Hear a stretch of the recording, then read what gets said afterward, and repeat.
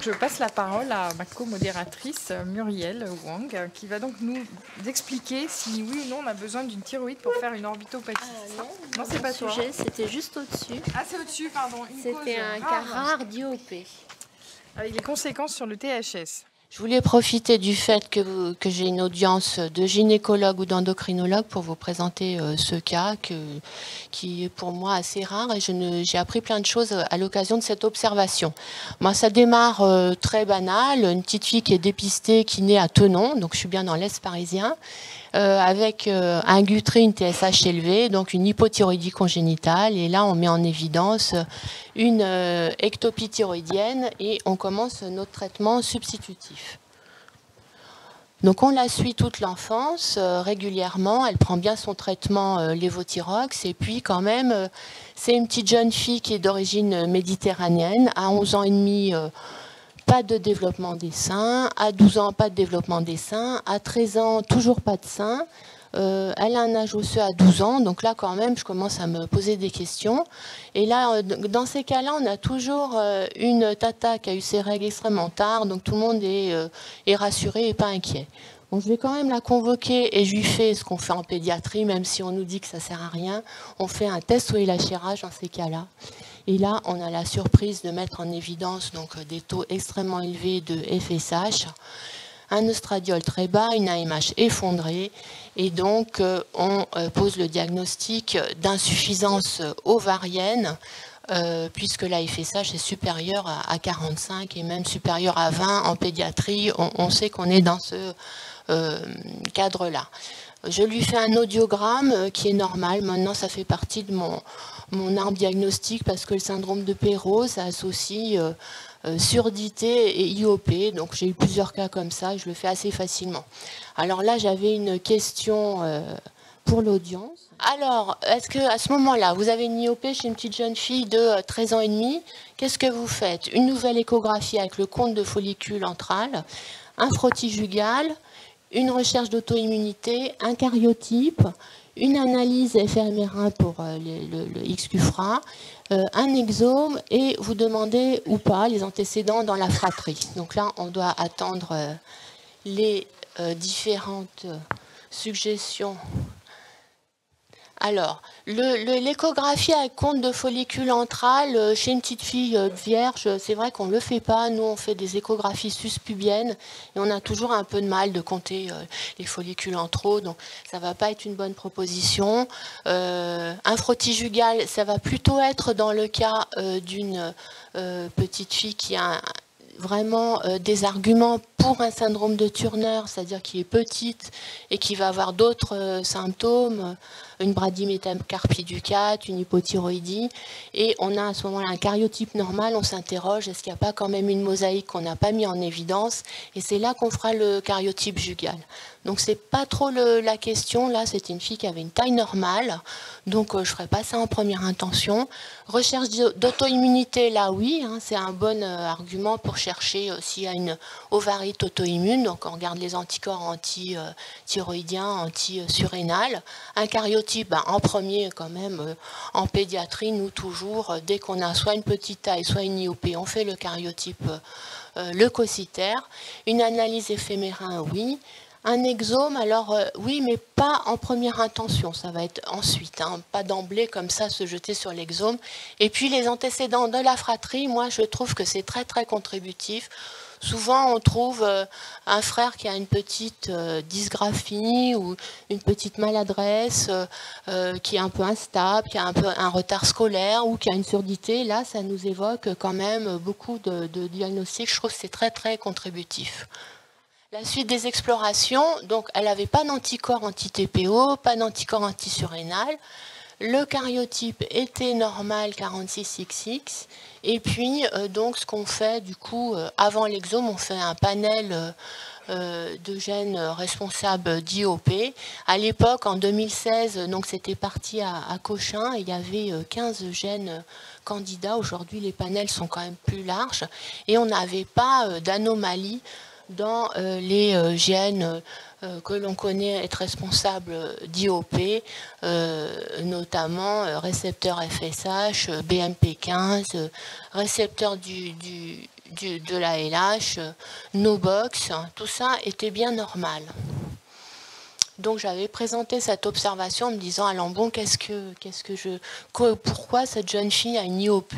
Les parents sont consanguins, ils étaient kabyles, cousins germains. Pourquoi elle a une IOP? Je ne comprenais pas. Donc on m'a proposé de faire un exome, mais la maman ne voulait pas faire d'exome parce qu'elle a dit, à ce moment-là, on va encore trouver plein de choses dans ma famille, je ne veux pas. Déjà, l'hypothyroïdie à la naissance, c'était compliqué. L'IOP là-dessus, ça a été vraiment la catastrophe. Impossible de s'en sortir par l'exome. Donc, j'étais un peu coincée sur l'étiologie de cette IOP. Une petite fille pas du tout syndromique, une taille normale, une intelligence normale. Et ensuite, c'est l'antécédent côté frère qui s'est présenté aux urgences à 5 ans. Une angine, ataxie aiguë, et on dit que c'est une cérébellite aiguë, mais de fil en aiguille, on fait quand même un examen neurologique, ça persiste, une petite dysmétrie, une petite ataxie à la marche, et il a une IRM qui montre une hypoplasie cérébelleuse modérée. Et c'est ça qui a conduit au diagnostic de CDG syndrome, et ça, c'est des anomalies de glycosylation des protéines.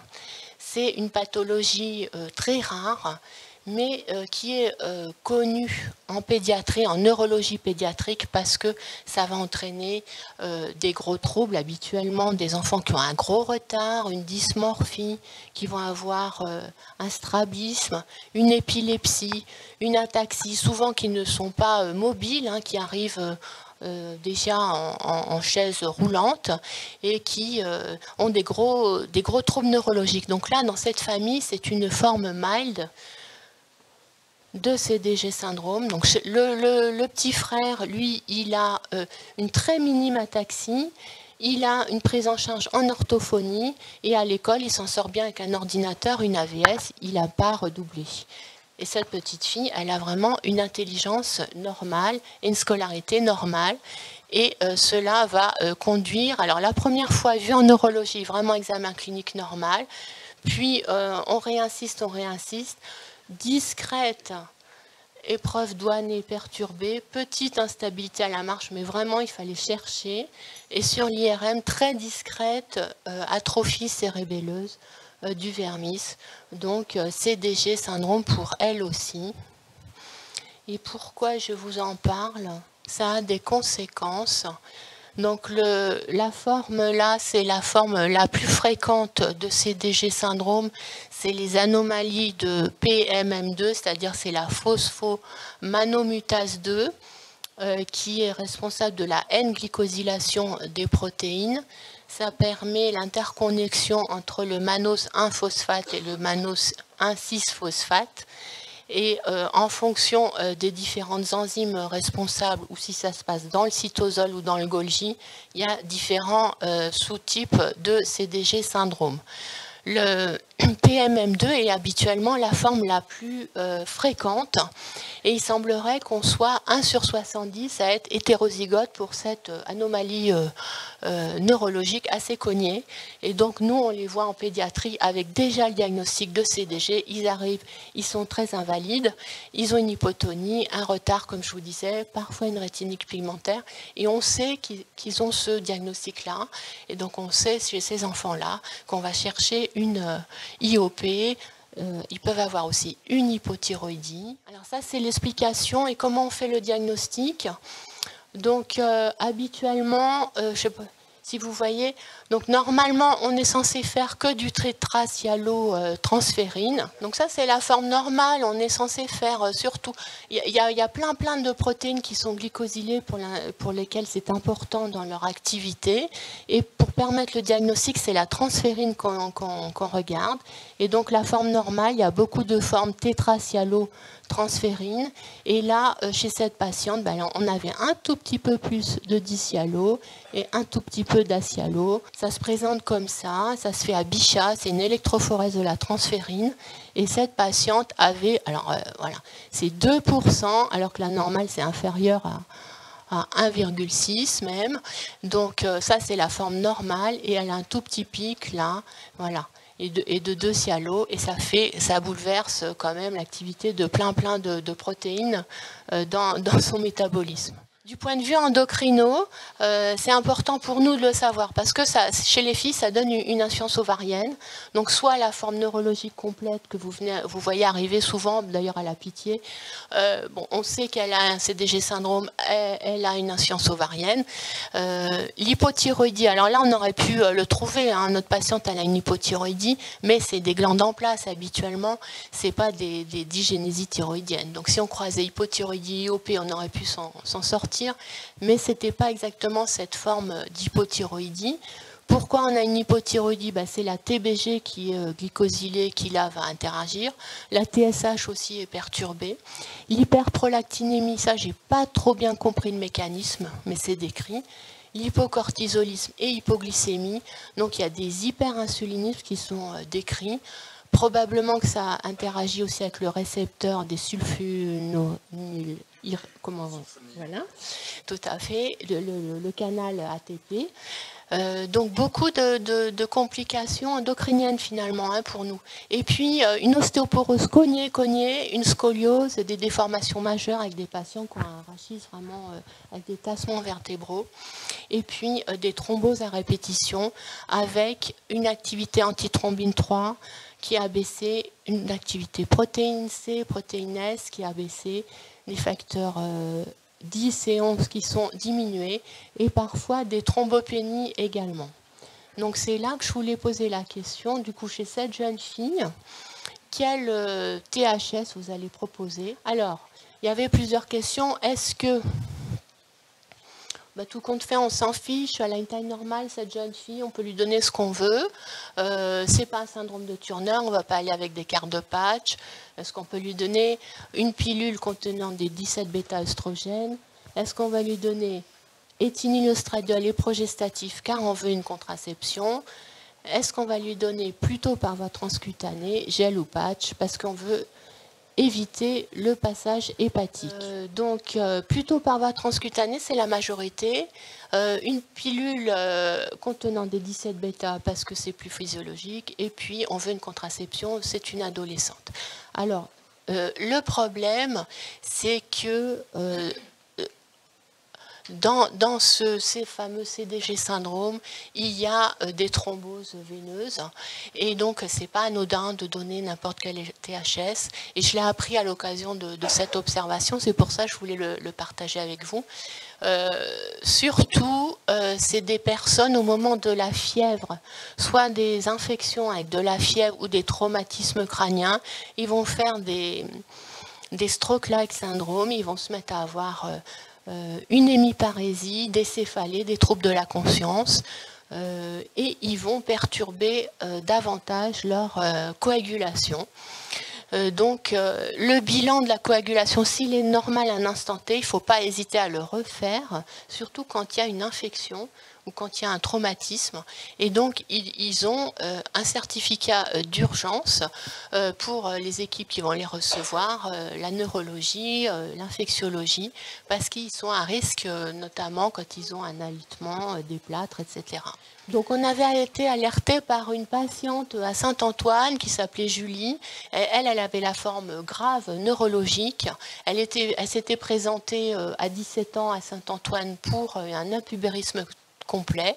Et on avait fait le diagnostic d'IOP. Elle avait été mise sous traitement transcutané.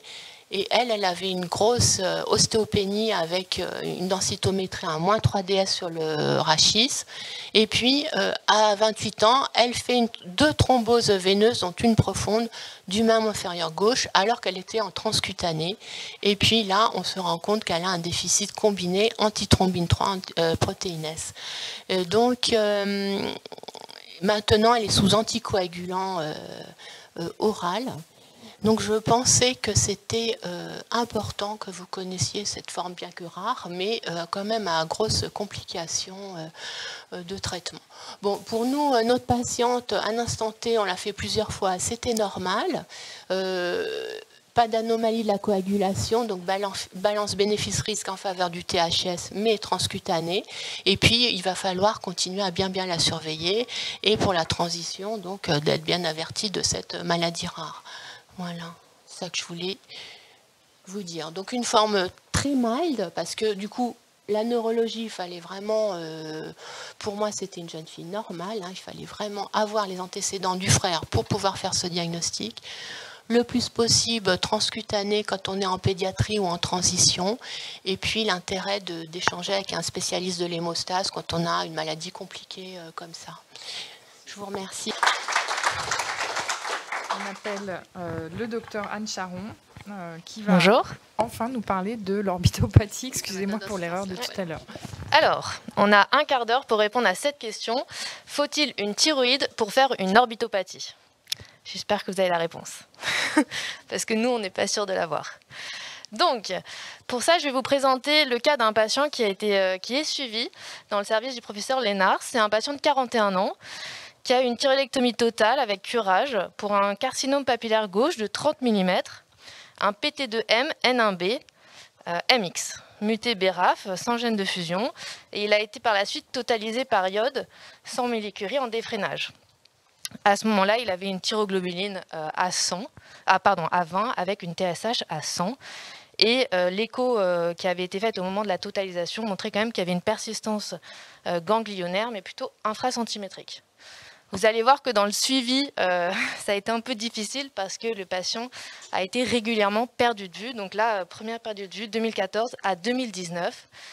Et il revient en 2019 avec une progression à la fois clinique et biologique. On a un TEP-FDG avec un scanner thoracique qui montre une miliaire pulmonaire, des adénopathies cervicales, cette fois-ci qui sont supracentrimétriques et prouvées, qui va nous conduire à une reprise pour un curage.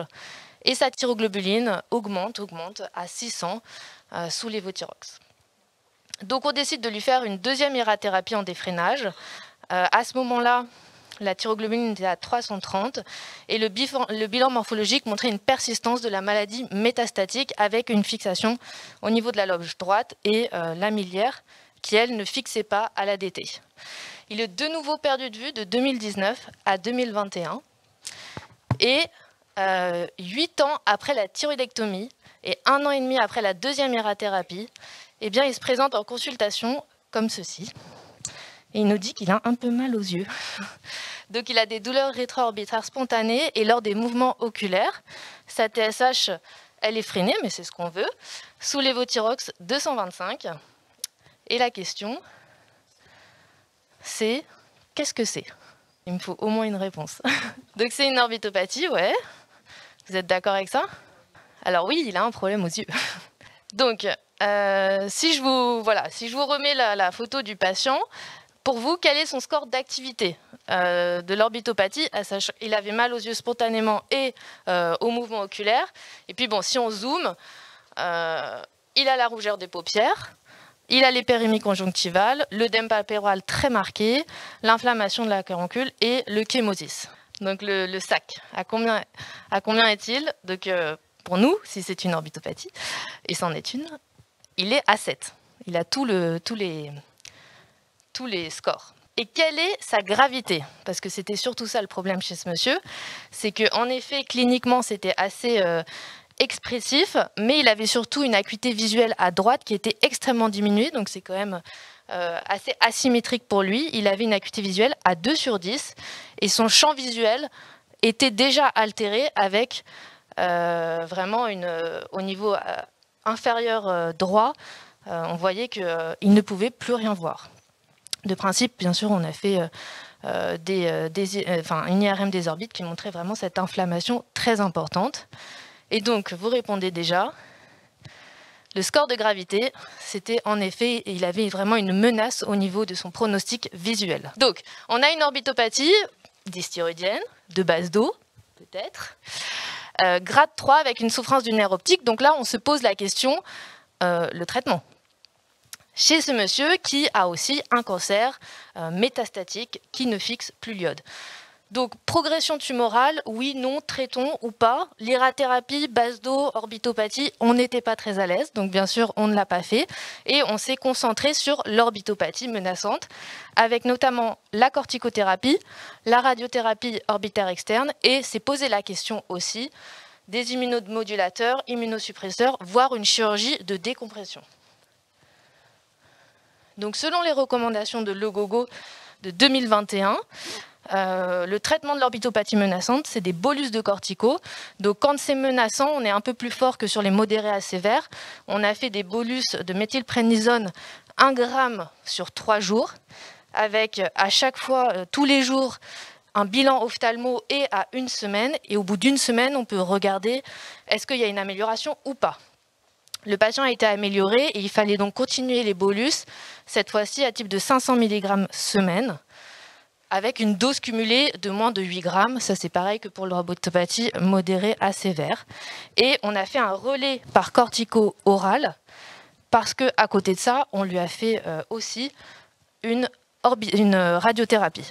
Donc ça, c'est le patient après la radiothérapie orbitaire. Donc, c'est pas parfait, mais c'est mieux.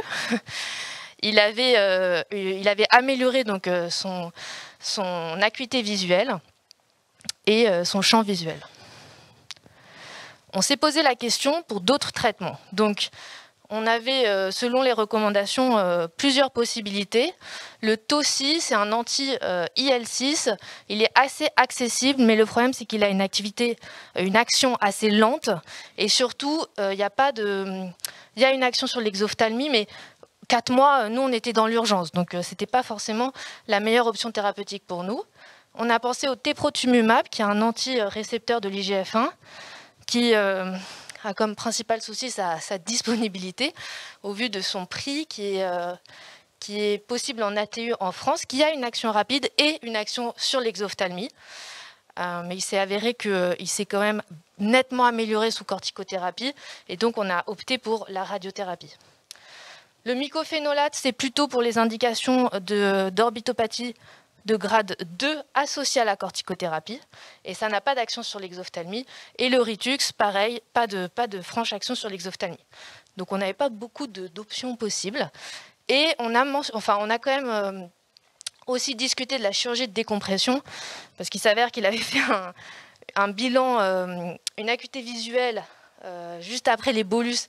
Il avait mis une crème sur ses yeux, donc ça s'était franchement détérioré. Et en fait, bon, quand on l'a refait, ça s'était amélioré. Mais elle avait été évoquée en RCP.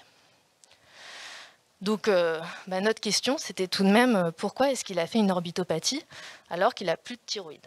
Est-ce que la maladie de Basedow est préexistante au cancer? Est-ce que c'est un effet indésirable de l'irathérapie répétée? Ou est-ce que c'est du tissu thyroïdien dans les métastases qui exprime le récepteur de la TSH et qui fait qu'il y a une formation de TRAC? Donc, pour la maladie de Basedow préexistante au cancer, l'histoire naturelle qu'on connaît tous, c'est que l'orbitopathie est concomitante, ou elle va arriver dans les 18 mois du diagnostic de la dysthyroïdie de Basedow. Ça, c'est 80% des cas. Mais ça peut arriver que l'orbitopathie soit présente avant même que la dysthyroïdie fasse parler d'elle. Ça s'appelle le syndrome de Mintz. Nous, à la découverte de l'orbitopathie, en effet, le patient a des TRAC au plafond à 60 unités par litre. Par contre, on ne sait pas si ces TRAC étaient positifs avant la thyroïdectomie totale de 2013. Et juste pour information, les TRAC à 3 mois de la radiothérapie étaient à 24. Donc ça avait quand même eu un effet. Et donc on a demandé de relire cette pièce de TT de 2013. Et il n'y avait aucun argument pour une thyroïdite préexistante. Donc ça tombe un peu à l'eau. Alors, qu'est-ce qu'on trouve dans la littérature sur l'irathérapie et l'orbitopathie? Pas grand-chose. Il y avait un case report de 2017 où ils avaient fait un peu une revue de la biblio. C'était donc un contexte irathérapie carcinologique, donc des fortes doses d'iode, où les patients avaient fini par développer une orbitopathie légère avec une hyperthyroïdie. Et moi, ce que je ne vous ai pas dit, c'est que notre patient, certes, il a la TSH freinée, mais parce qu'on veut freiner sa TSH, il a un cancer, mais il n'a pas des T4L et des T3L au plafond. Un peu augmenté parce qu'on le surdose, mais c'est volontaire, mais il n'avait pas des T4, des T3 à 50 ou 40. Il n'était pas en hyperthyroïdie franche quand il a développé l'orbitopathie. Et donc ces auteurs, ils ont mentionné ces 7 case reports, donc des cancers papillaires, qui n'avaient pas forcément d'histoire de maladie de Basedow connue, qui ont tous eu de l'irathérapie, en moyenne 5 traitements, donc c'est conséquent. Ils avaient tous des métastases qui fixaient l'iode, donc ce n'étaient pas des réfractaires, notamment poumons et os. Et eux, ils ont fait le pari de traiter le cancer. Donc ils ont traité le plus souvent par irathérapie, quelquefois par antithyroïdien de synthèse, mais la plupart du temps, en fait, ça fait diminuer les TRAC et améliorer cette hyperthyroïdie. Donc ils traitent le cancer, ils améliorent l'hyperthyroïdie. Après, on n'est pas exactement dans ce registre parce que notre patient n'était pas en hyperthyroïdie biologique. Et ils ont fait l'hypothèse que le stress biologique engendré par l'irathérapie pouvait altérer l'immunologie et déclencher la production de TRAC. Et ils expliquaient voilà, ce déclenchement de l'hyperthyroïdie, des TRAC positifs, par l'accumulation de l'irathérapie.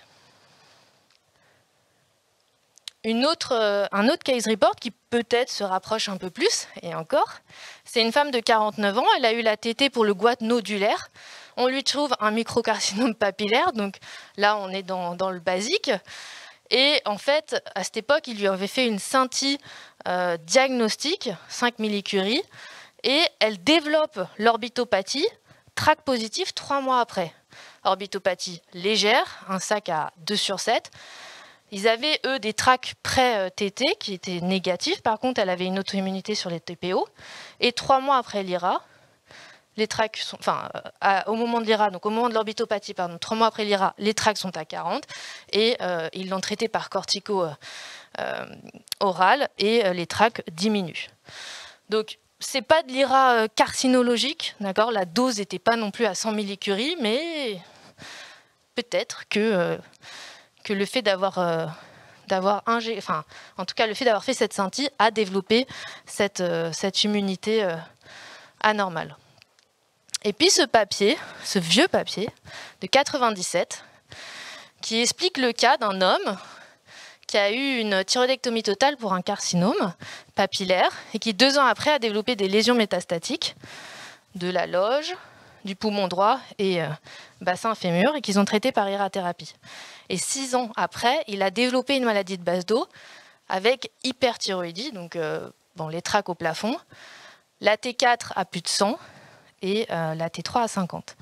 Et en fait, il avait des métastases qui fixaient, mais il n'avait pas les métastases de la loge, de reliquat, on va dire. Et donc les auteurs, ils ont dit, devant l'absence de la fixation de loge thyroïdienne, on conclut la surproduction de TRAC et d'hormones thyroïdiennes est due aux métastases. Et puis, il y a eu quelques autres papiers qui avaient envie aussi de conclure à ce mécanisme-là.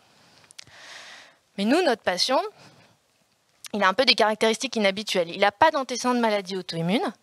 Ces métastases, elles ne sécrètent pas. Il est en euthyroïdie, même s'il est un peu freiné. Mais il a des TRAC positifs et ça lui a suffi pour faire cette orbitopathie gravissime. Et donc, notre hypothèse, c'était que ce cancer réfractaire à l'iode, il avait des métastases peu différenciées pour une production d'hormones thyroïdiennes, mais assez pour créer des TRAC et donner cette orbitopathie.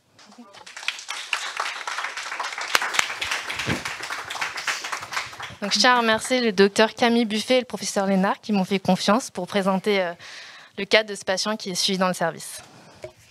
Merci beaucoup. Donc, on va enchaîner les topos. On fera toutes les questions à la fin, comme suggéré par Philippe. Donc, maintenant, on appelle le docteur Carilla de l'hôpital Saint-Antoine qui va nous parler des variations du développement sexuel avec une patiente un peu particulière. Oui, bonjour à tous, merci pour l'invitation. Je vais donc vous présenter une patiente qui a donc été adressée dans le service du professeur Christin Maître à l'âge de 33 ans. Donc c'est une patiente qui, à l'âge de 33 ans, se présente avec un retard mental très sévère, une patiente qui avait de grandes difficultés à s'exprimer et qui vivait depuis l'enfance en fait dans un foyer. Cliniquement, elle présentait un morphotype particulier avec une micrognathie, une macrostomie des bosses frontales, des oreilles basses implantées et une cyanose des extrémités. Sinon, elle avait un poids et une taille normale, enfin 1m75 pour 52 kg. Et également, elle avait une aménorrhée primaire, une absence de développement mammaire associée à une faible pilosité axillaire et pubienne et une hypertrophie clitoridienne. En reprenant les antécédents de la patiente, c'est une patiente qui est née d'un couple, ses parents étaient caucasiens et n'avaient pas de lien de parenté. À noter que 2 de ses frères sont décédés, l'un, le plus grand, à l'âge de 4 mois d'une malformation cardiaque et son petit frère à l'âge de 2 jours de vie également d'une malformation cardiaque. Et son père est ensuite décédé jeune d'un accident de la voie publique. Donc, oui, en reprenant encore le dossier de la patiente, c'est une patiente qui est née à terme en 1968 et qui présentait donc à la naissance un phénotype plutôt féminin avec une variation du développement génital. En effet, elle avait donc une hypertrophie clitoridienne, une cavité vaginale qui était borgne, des bourrelets génitaux qui présentaient une discrète striation transversale et 2 gonades qui étaient palpées au niveau inguinal. C'est une patiente qui a été déclarée fille à la naissance. Donc les explorations qui ont été réalisées à la naissance, donc devant ce phénotype, on n'a pas de bilan hormonal à notre disposition, mais en tout cas le karyotype qui a été réalisé, le karyotype lymphocytaire, a montré un karyotype 46XY avec présence d'un chromosome 3 anormal qui avait en fait une duplication du bras court de ce chromosome 3. Donc des biopsies gonadiques ont été réalisées, donc biopsie des 2 gonades, et ces 2 biopsies ont montré un tissu testiculaire normal pour l'âge de la patiente. Donc après la biopsie, du coup, a été décidée une prise en charge par gonadectomie bilatérale qui a été réalisée à l'âge de 2 ans et qui montrait également une histologie normale. La patiente a ensuite été perdue de vue et en fait, il n'y a aucune supplémentation hormonale qui a été introduite au moment de la puberté. Et donc, elle a été adressée par un des médecins du centre dans notre service en vue de cette supplémentation hormonale à l'âge de 33 ans. Donc nous avons réalisé des explorations hormonales, donc les premières en notre possession, qui montraient donc un taux d'œstradiol effondré associé à une élévation de la FSH, mais pas de la LH, une delta 4 androsténione qui était basse, une testostérone dosable à 0,25 nanogrammes par millilitre et une AMH qui était effondrée. Nous avons également réalisé des explorations morphologiques et alors à l'échographie, on n'a pas mis de gonade en évidence, c'est-à-dire qu'il n'y avait pas du tout de gonade, ni de résidus gonadiques, et il n'y avait pas d'utérus. Cette absence de cavité utérine a été confirmée au scanner, et compte tenu de l'absence de supplémentation hormonale jusqu'à l'âge de 33 ans, nous avons réalisé une ostéodensitométrie qui a montré une ostéoporose sévère, avec un T-score à -5 DS au rachis et au col fémoral. C'était une ostéoporose qui était non fracturaire. Pas encore. Donc nous avons introduit une supplémentation au départ par œstrogel de pression tous les 2 jours, mais comme je vous dis, c'est donc une patiente qui présentait un retard mental, des difficultés d'acceptation du traitement, et donc les 2 pressions par jour étaient absolument pas respectées. Donc on a introduit un traitement par Adépal, enfin un comprimé pour le traitement hormonal substitutif qui contenait 30 microgrammes d'éthynylœstradiol et du lévonorgestrel, ce qui a permis d'avoir une supplémentation un peu mieux faite. Donc, face à cette variation du développement génital avec un karyotype 46XY, peut se poser la question de savoir si on est face à une insensibilité complète aux androgènes.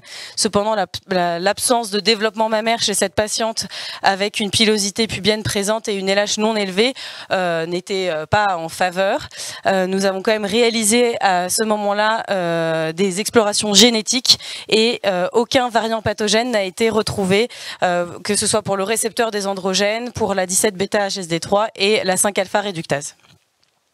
Après ces explorations, nous avons perdu de vue la patiente jusqu'à l'âge de 49 ans.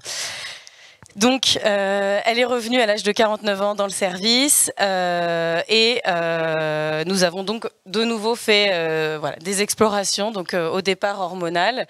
Par rapport à l'âge de 33 ans, on avait un bilan qui était assez similaire. Bon, là, il y avait un oestradiol dosable. Globalement, elle devait prendre un petit peu son traitement.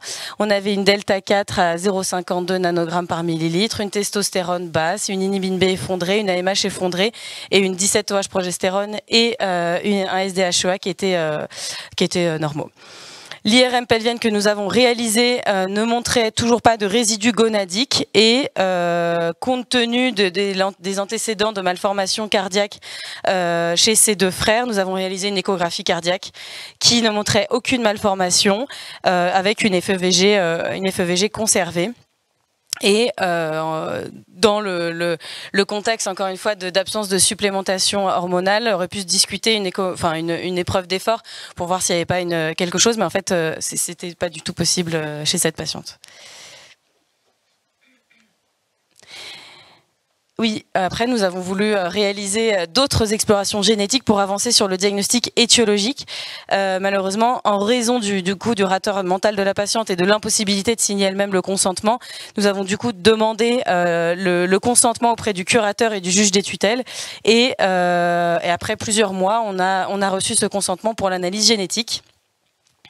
Et donc, nous avons trouvé au niveau de l'analyse chromosomique sur puce à ADN, de nouveau, c'est l'anomalie qui avait été découverte. Ah non, elle n'a pas été découverte, pardon.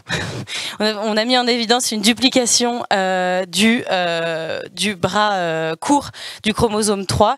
Donc là, si on regarde, on a le chromosome 3 avec le centromère, le bras long, le bras court. Et donc, en fait, on a une duplication du bras court du chromosome 3 d'environ 37 mégabases qui explique en fait en grande partie le syndrome dysmorphique et le phénotype neurocognitif de la patiente. Et donc du coup, nous avons confirmé ce qu'on avait trouvé au niveau du karyotype à l'âge de 33 ans. Et cette fois, nous avons réalisé cette analyse chromosomique sur puce à ADN dans le service de génétique de l'hôpital Trousseau, qui nous a également permis de faire une analyse en NGS, grâce à Marie Legendre, une analyse NGS de 32 gènes impliqués dans les variations du développement génital. Et donc, nous avons mis en évidence 2 mutations du gène de la 17-bêta HSD3 et donc on a deux mutations hétérozygotes avec une mutation sur l'exon 3 et une mutation sur l'exon 9 avec perte de fonction de cette enzyme chez cette patiente. Donc la 17-bêta hydroxystéroïde déshydrogénase de type 3, c'est une enzyme qui est principalement exprimée dans le testicule, qui est impliquée dans le développement de l'appareil génital masculin et qui permet la formation de testostérone à partir de la delta-4 androsténédione. Et donc en fait, la perte de fonction et l'absence de cette enzyme chez le fœtus 46XY induit une absence de formation de testostérone, un défaut de virilisation du fœtus. Donc cette enzyme, le gène codant pour cette enzyme est situé sur le chromosome 9, comporte 9 exons et donc explique le phénotype de la patiente. Il faut savoir que donc l'incidence de ce déficit est en 17-bêta hydroxystéroïde déshydrogénase de type 3 est extrêmement faible. Elle est évaluée à 1 sur 200 000 naissances vivantes. Dans la plupart des cas, on a un diagnostic qui est néonatal chez un nouveau-né de phénotype plutôt féminin avec fusion des grandes lèvres, un vagin borgne et une clitoridomégalie. Il y a une grande variabilité phénotypique dans ces patients qui ont cette mutation, enfin qui ont une perte de fonction de cette enzyme. Il y a quelques cas qui ont été décrits de nouveau-nés avec micropénis et hypospadias, mais il faut savoir qu'en fait on a vraiment une vingtaine de mutations et que pour l'instant il n'y a pas de lien entre une mutation précise et un phénotype précis, donc on peut avoir un peu tout, notamment par le fait que certains fœtus ont des sécrétions parfois un peu, voilà, on n'a pas tous la même imprégnation en androgène et donc du coup pas la même variation du développement génital. La patiente, lors des explorations à l'âge de 49 ans, revenait régulièrement en consultation. Une fois, elle n'est pas venue à la dernière consultation avec le professeur Christin Maître. On a appelé son centre et en fait, le centre nous a informé de son décès dans son sommeil. Elle avait 50 ans. Maintenant, se pose la question de savoir si elle a eu un trouble du rythme cardiaque, si elle avait une pathologie cardiovasculaire qui pourrait être en lien avec l'absence de supplémentation en oestrogène. On ne saura pas. Donc au total, si on peut résumer cette patiente, on a donc une patiente qui a une variation du développement génital, une patiente bien particulière. Pourquoi? Parce qu'il y a une association fortuite de deux pathologies. Alors on a à la fois la dysmorphie et le phénotype neurocognitif très invalidant chez une patiente qui avait un handicap toute sa vie, en rapport avec la trisomie du bras court du chromosome 3, et une variation du développement génital en rapport avec ces deux variants perte de fonction de la 17-bêta hydroxystéroïde déshydrogénase de type 3. Encore une fois, on se posait si c'était une mutation de novo ou si elle l'avait eu de ses parents. Bon, son père étant décédé, sa mère a refusé l'analyse génétique, ses frères aussi sont décédés, donc on n'aura pas la réponse non plus. En tout cas, à notre connaissance, c'est le premier cas de mutation de cette enzyme qui a été identifié chez une patiente à l'âge adulte et qui présentait donc un karyotype complexe avec une variation du développement génital, un karyotype 46XY. Les points soulevés par ce cas clinique, alors bon, une anomalie génétique peut évidemment en cacher une autre, mais là le diagnostic génétique serait-il fait dès la naissance à l'ère actuelle? Probablement que oui, parce que les nouvelles technologies nous permettent quand même d'avoir beaucoup plus de diagnostics. La gonadectomie serait-elle réalisée dans l'enfance? Ça, je pense qu'on ne peut pas répondre. C'est chaque équipe et chaque RCP, donc je vous laisse me répondre ce que vous pensez. Est-ce que l'ostéoporose serait évitée à l'heure actuelle? Alors je pense que toute la supplémentation, ça on sait le faire. Après, chez les patients qui présentent un handicap, je pense que c'est une grande question. Est-ce que c'est possible ou pas de pas avoir d'ostéoporose quand on a une difficulté à prendre sa supplémentation? Et enfin, est-ce qu'il y a un lien entre le décès précoce de cette patiente et l'absence de traitement hormonal? Est-ce qu'elle a eu un trouble du rythme avec une autre pathologie génétique encore non diagnostiquée? Voilà, toutes ces questions dont on pourra discuter. Merci beaucoup.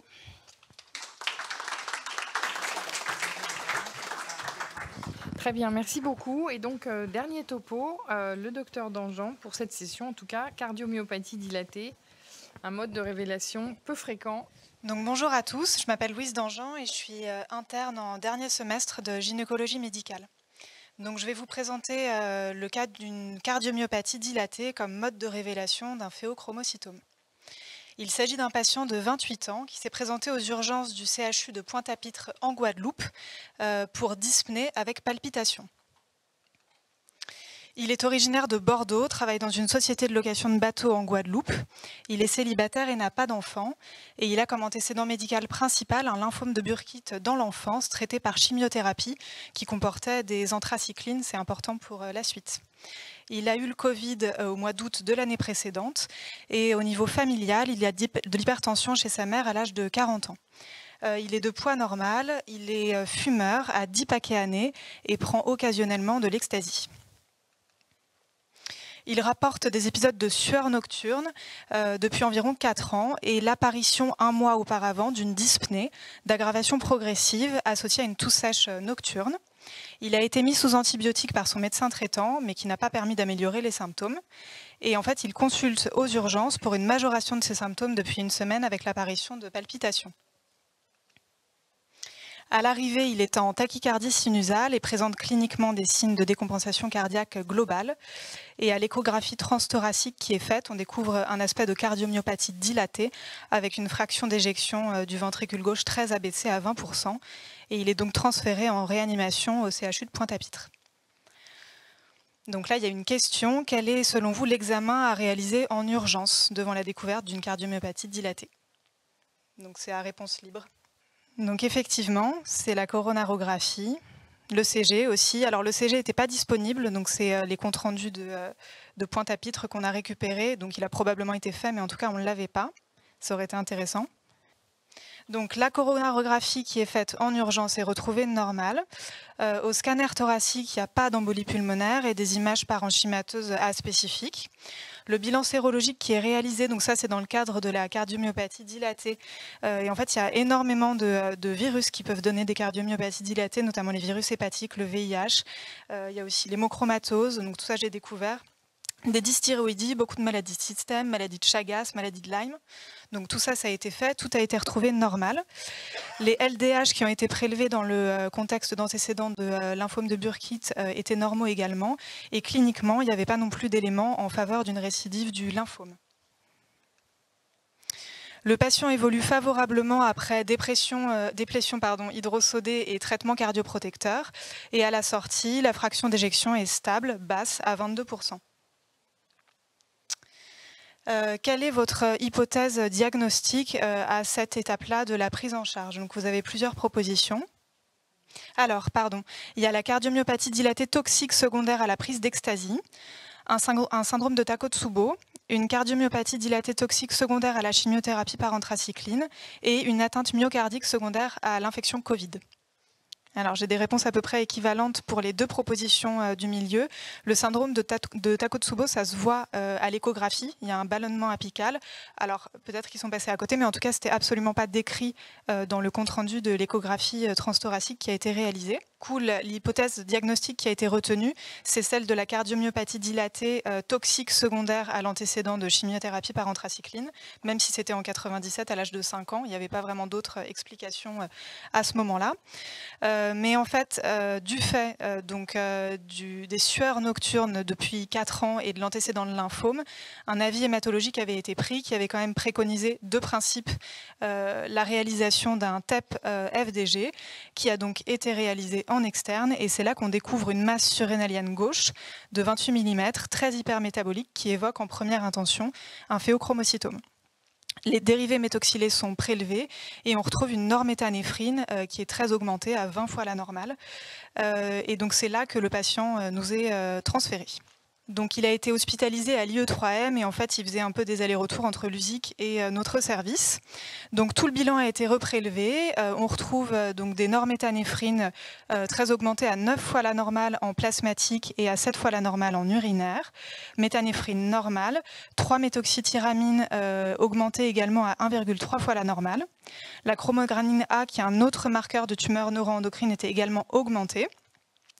Dans le cadre de l'exploration de la masse surrénalienne, on a également exploré, recherché un hypercortisisme qui n'était pas présent. Et le bilan phosphocalcique et la thyrocalcitonine ont été prélevés pour la recherche de néoplasies endocriniennes multiples dans le cadre du FEO. Et le bilan génétique a donc été également prélevé. Quel bilan d'imagerie demandez-vous? Donc, on a déjà effectivement un TEP FDG qui a été réalisé, mais on n'avait pas les images. Donc, si on repartait de zéro, qu'est-ce que vous demanderiez? Donc, il y a scanner thoraco-abdominopelvien sans injection, avec injection, un TEP à la DOPA, TEP FDG, TEP au 68 Dotadoc et une scintigraphie. Donc effectivement, le scanner thoraco-abdominopelvien avec injection. Et donc dans les réponses, j'avais pas mis faux le TEP FDG parce que en fait, c'est le TEP à la DOPA qui est recommandé. Je vous montrerai ensuite les diapos du PNDS de 2021 parce qu'il est plus sensible et plus spécifique pour le diagnostic du phéochromocytome, mais c'était pas non plus une erreur de faire le TEP FDG puisque c'est en plus là-dessus qu'on a découvert la masse. Donc voici une coupe scanner. Donc je ne sais pas si on voit très bien. Donc on voit ici la masse surrénalienne gauche de 32 mm, donc une densité spontanée à 32 unités Hounsfield, et il n'y avait pas de lésion à distance. Et on voit ici une coupe du TEP à la DOPA qui a été réalisée et qui retrouve un hypermétabolisme intense en regard de cette masse avec un SUV max à 18,5 et pas d'autres anomalies métaboliques suspectes à distance. Qu'est-ce que vous proposez à ce stade? Donc, dans les propositions, il y a la chirurgie en urgence, l'introduction d'un traitement par alpha-bloquant, la majoration du traitement par bêta-bloquant, qui, je vous rappelle, avait été introduit à visée cardioprotectrice en Guadeloupe et maintenu ici, où il y avait en dernière proposition, je crois, une biopsie de la masse. Donc, alors, du coup, vous répondez quand même à la majorité, l'introduction d'un traitement par alpha-bloquant, c'était la bonne réponse. La majoration du traitement par bêta-bloquant n'est pas recommandée parce que, en fait, en majorant le bêta-bloquant sans bloquer les récepteurs alpha, on risque au contraire une décompensation cardiaque aiguë parce que ça laisse tous les récepteurs libres pour la fixation des catécholamines. La biopsie de la masse et la surrénectomie gauche en urgence. Donc en fait, de la même façon, en fait, ce sont des tumeurs qui sécrètent des catécholamines et la mobilisation de ces tumeurs sans bloquer les récepteurs alpha est à haut risque d'instabilité hémodynamique parce qu'en fait, toute mobilisation peut générer une décharge massive de catécholamines, donc responsable d'un choc cardiogénique mortel.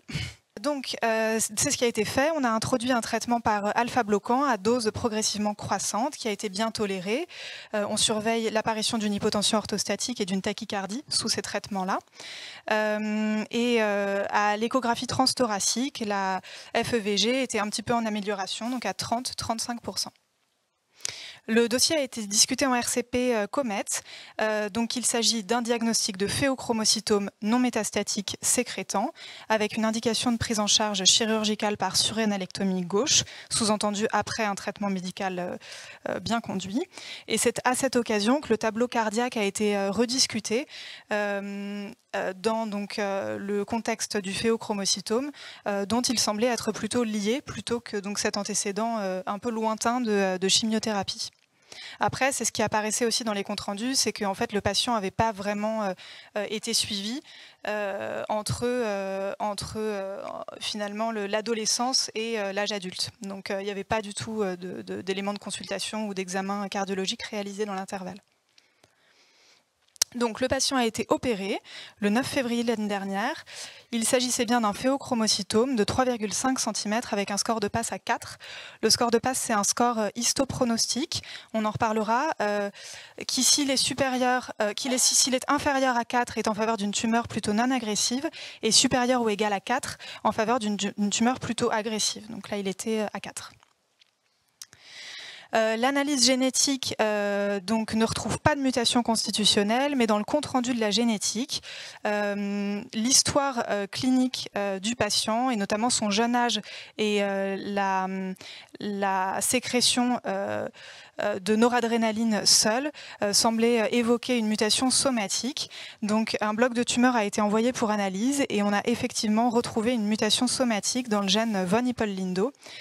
Dans la mesure où il s'agit d'une mutation somatique qui n'est pas retrouvée en constitutionnel, donc c'est intratumoral, il n'y avait pas d'indication à réaliser un dépistage familial. En post-opératoire, les dérivés méthoxylés sont négatifs à 3 et 6 mois et l'IRM de la loge surrénalienne est normal à 6 mois.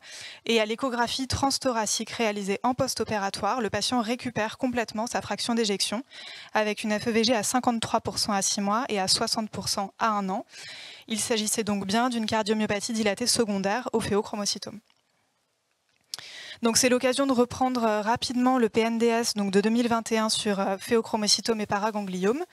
Donc rapidement, le phéochromocytome, vous le savez, c'est un paragangliome aux dépens de la médule surrénale, qui est la zone centrale de la surrénale qui sécrète les catécholamines, et donc dopamine, noradrénaline et adrénaline. Et les dérivés méthoxylés sont les produits de dégradation des catécholamines. C'est une tumeur qui est rare, avec une incidence de très rare, incidence de 0,46 pour 100 000 personnes année. Les phéochromocytomes sont fonctionnels ou sécrétants dans la majorité des cas. C'est une sécrétion qui est paroxystique et d'importance variable, et donc en regard des symptômes qui sont d'intensité et de fréquence variable également. Le symptôme le plus fréquent, c'est l'hypertension artérielle. Il peut y avoir également donc, des malaises du fait de décharge massive de catécholamines avec la triade de céphalée, sueur, palpitation qui est très spécifique. Et rarement, le phéochromocytome peut être découvert sur une complication cardiovasculaire aiguë, comme c'était le cas chez notre patient. Donc en premier lieu, le Takotsubo, qui se voit à l'échographie transthoracique, qui a un aspect typique, et en second lieu, la cardiomyopathie hypertrophique obstructive. Mais en fait, la cardiomyopathie dilatée n'apparaît absolument pas dans le PNDS. Donc c'est pour ça qu'on était un petit peu étonnés. Rarement, le phéochromocytome peut également sécréter de la CTH avec des tableaux donc, de Cushing. Le diagnostic se fait sur la mise en évidence d'une hypersécrétion hormonale et de la réalisation d'une imagerie. Donc méthanéphrine et norméthanéphrine sont les seuls recommandés aujourd'hui, car ce sont les plus sensibles et les plus spécifiques. On a abandonné le dosage des catécholamines.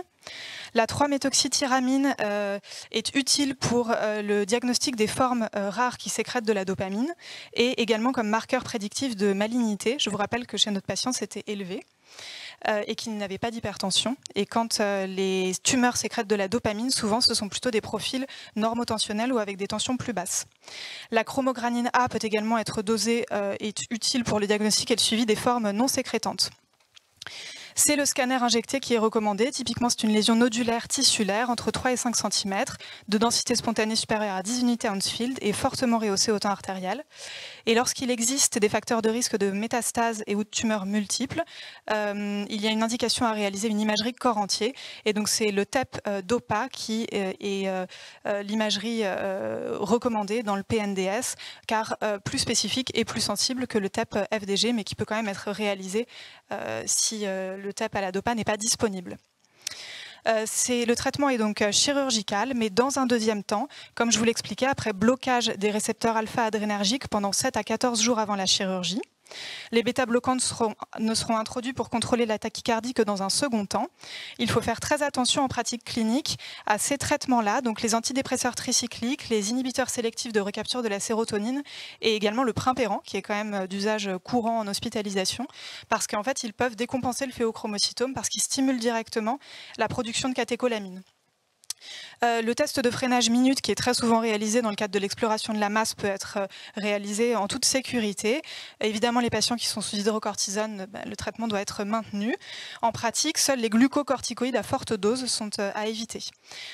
C'est donc la surrénalectomie qui doit être réalisée. Pas de curage ganglionnaire systématique. En fait, la particularité du phéochromocytome, c'est que l'anatomopathologie ne permet pas de conclure entre la bénignité et la malignité de la tumeur.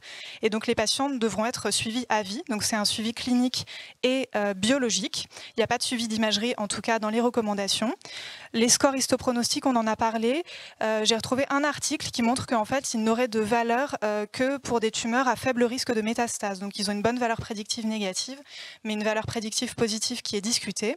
Ce sont des tumeurs qui ne récidivent pas si fréquemment, mais lorsqu'elles récidivent, très souvent, on est dans le cadre d'une prédisposition génétique.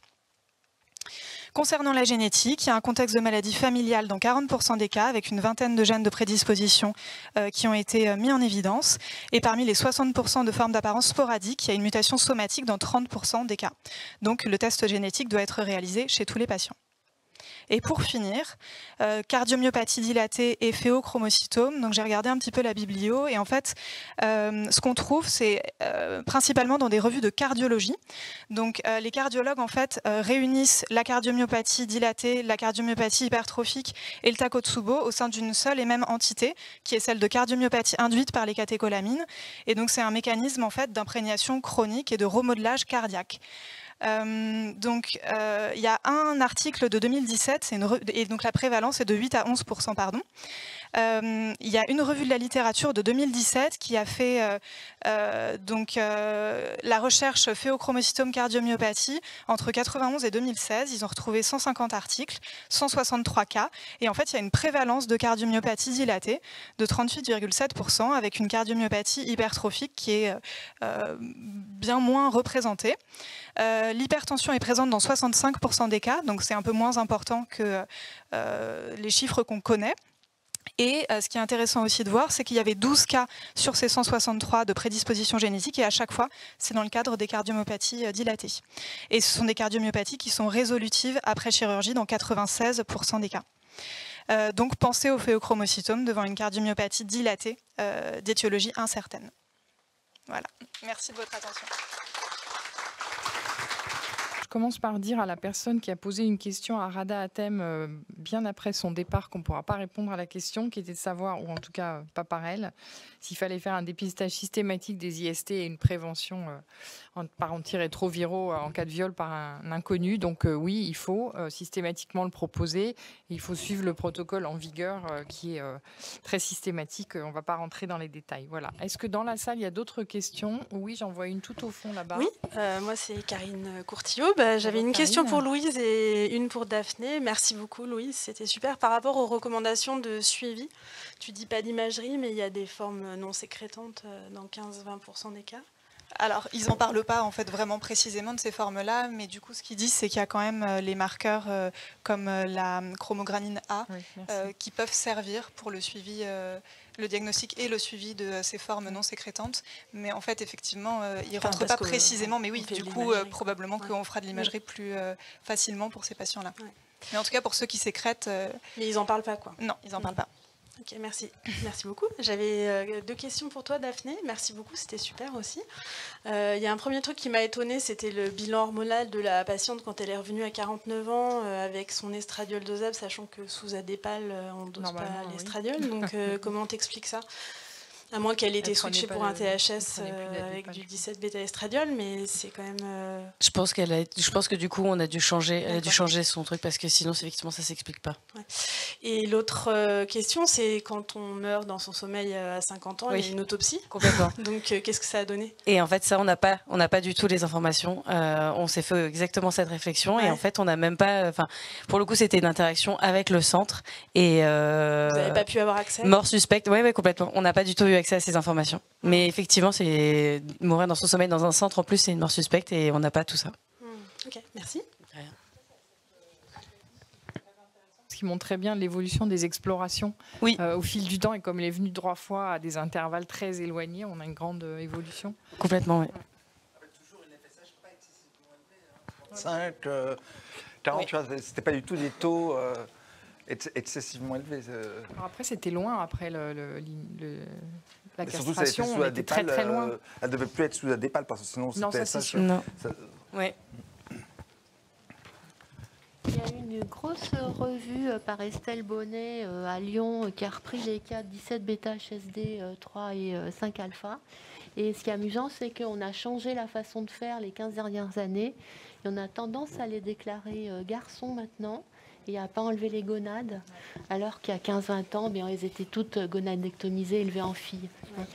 Et c'est des patients qui se virilisent à l'âge adulte, je sais pas si à la puberté, voilà. Au moment de la puberté, une virilisation. C'est pour ça qu'il y avait la gonadectomie avant. C'était justement pour éviter qu'en ayant au départ un phénotype féminin. Voilà. Et c'est un truc classique dans la bande de Gaza, je crois. Ce sont des petites filles qui deviennent des hommes à la puberté. C'est 17 bêta HSD3. C'est ça. Il y a une virilisation avec une aromatisation en testostérone en périphérie. Et du coup, effectivement, c'était l'indication au départ, il y a 15 ans, de la gonadectomie surtout, c'était pour éviter ça. Et il n'y a que de très rares cas encore d'élever ses enfants en hommes. Et c'est encore plus les filles que les hommes, mais effectivement, avant, c'était que filles. Plus. Merci.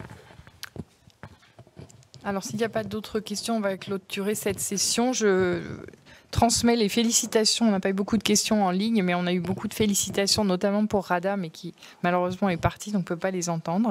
En tout cas, merci à tous ceux qui nous suivent aussi depuis leur hôpital ou leur domicile, je ne sais pas. Et on vous retrouve après une courte pause.